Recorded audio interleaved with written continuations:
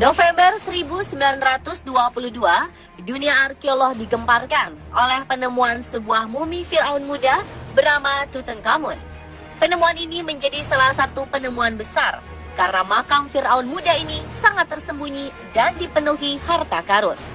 Kisah penggalian makam Tutankhamun semakin terkenal karena kutukan Tutankhamun yang sering juga disebut Raja Tut. Setelah penemuannya, satu persatu tim penggali meninggal dengan alasan yang aneh. Ada apa di balik makam Raja Tutankhamun? Benarkah kutukan itu ada? Bagaimana kehidupan Raja Tut yang hingga kini masih menarik perhatian para peneliti? Pemirsa, inilah misteri series Firaun Tutankhamun bagian pertama.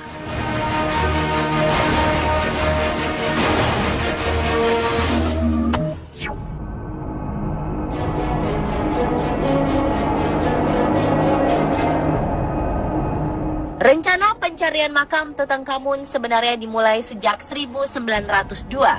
Ketika itu, seorang arkeolog bernama Theodore M. Davis menemukan cincin oval bertuliskan Tutankhamun dengan gelar Firaun di salah satu area di Lembah Para Raja, lokasi makam raja-raja Firaun yang dibalsemkan.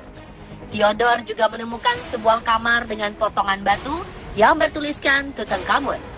Keberhasilan ini membuat Davis menganggap dirinya telah menemukan makam Firaun Tutankhamun.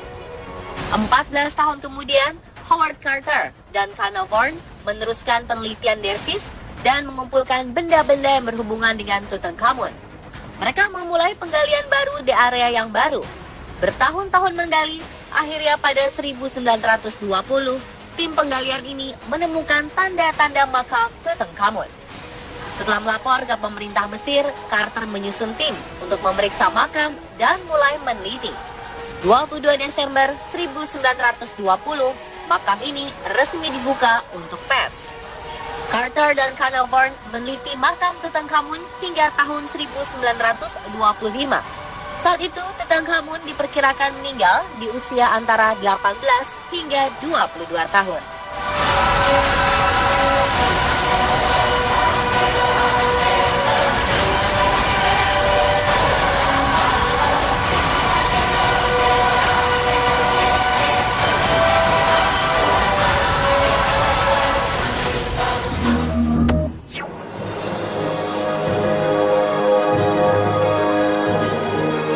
Tidak sampai 5 bulan setelah penemuan makam ini, Lord Carnarvon yang mendanai pencarian makam ini tiba-tiba meninggal setelah digigit nyamuk.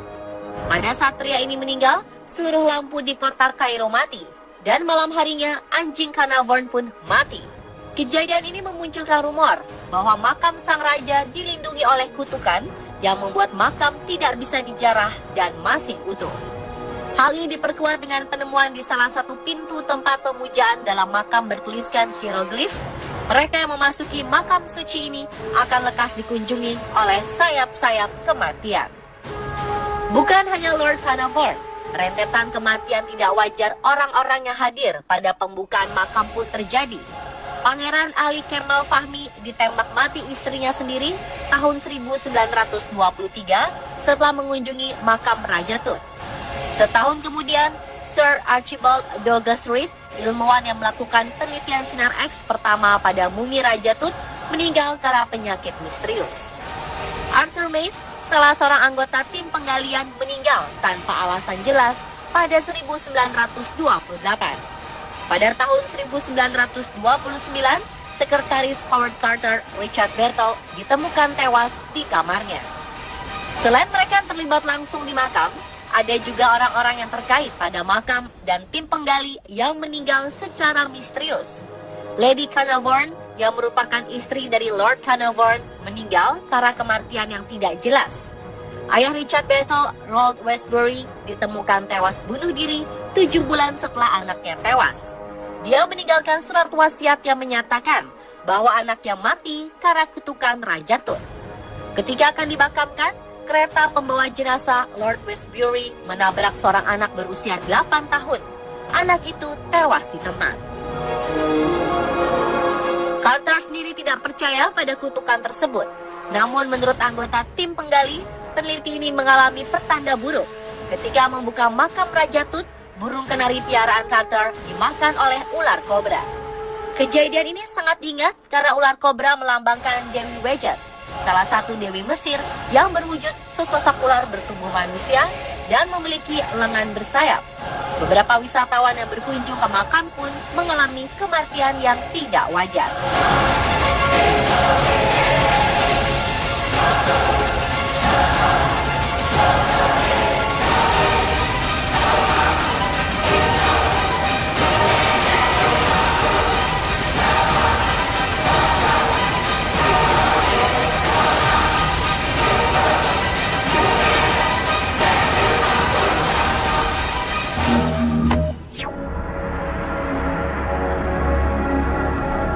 Kematian yang dialami orang-orang yang sudah pernah mendatangi makam Raja Tut ini memang penuh misteri dan dikait-kaitkan dengan kutukan sang raja.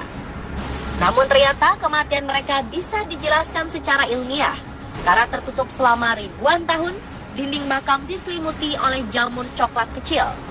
Bakteri bisa saja hidup di sana. Bakteri seperti Aspergillus niger bisa tumbuh dan berkembang di dalam makam yang hangat. Meski tidak kasat mata, bakteri ini sangat mematikan. Bakteri ini dapat menyerang sistem pernapasan. Inilah satu-satunya makhluk yang dapat bertahan hidup selama 3.000 tahun di makam itu. Kasus ini ditemukan pasca kematian Shirley Manson, korban terakhir yang sempat berkunjung ke makam Raja Tut. Besar kemungkinan saat Manson mendatangi makam, ia berada pada kondisi yang tidak sehat sehingga bakteri mudah berpindah. Spora bakteri yang terhisap menyerang sel yang lemah sambil menyebar ke seluruh tubuh. Manson kekurangan oksigen dan setelah 10 hari masuk rumah sakit, fungsi paru-parunya berhenti. Tim dokter berhasil menemukan jamur Aspergillus niger saat melakukan biopsi paru-paru pada Shirley Manson. Ternyata pada saat mengunjungi makam, Manson sempat mengusapkan tangannya ke beberapa lukisan cat dinding di makam yang penuh dengan bakteri mematikan. Orang-orang yang terlibat pada pembongkaran makam juga kemungkinan besar sudah dihinggapi bakteri mematikan ini. Parahnya, mereka tidak mengenakan pelindung apapun, hanya memakai pakaian sehari-hari. Jadi, sangat mungkin terjadi perpindahan bakteri ke dalam tubuh.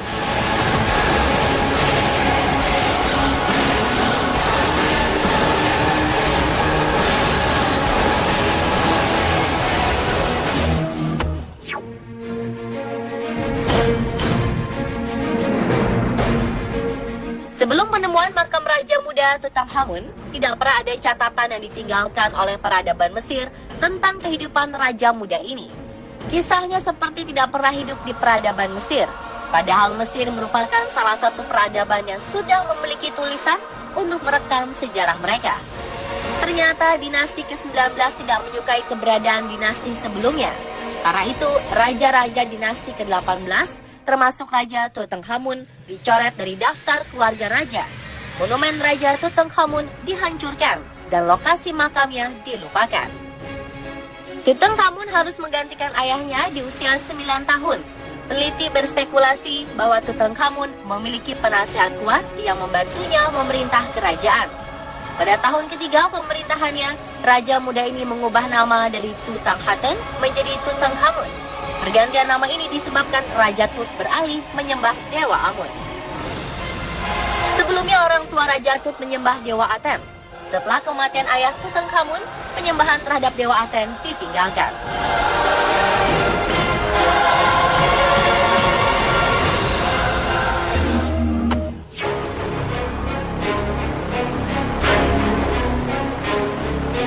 Pada saat ditemukan, makam Raja Tutankhamun dipenuhi harta. Ada 3.000 macam harta karun yang terpendam di ruangan demi ruangan. Meskipun ada penjarahan, tidak seperti makam lain, harta yang tersimpan masih banyak. Mumi Tutankhamun pun masih sempurna.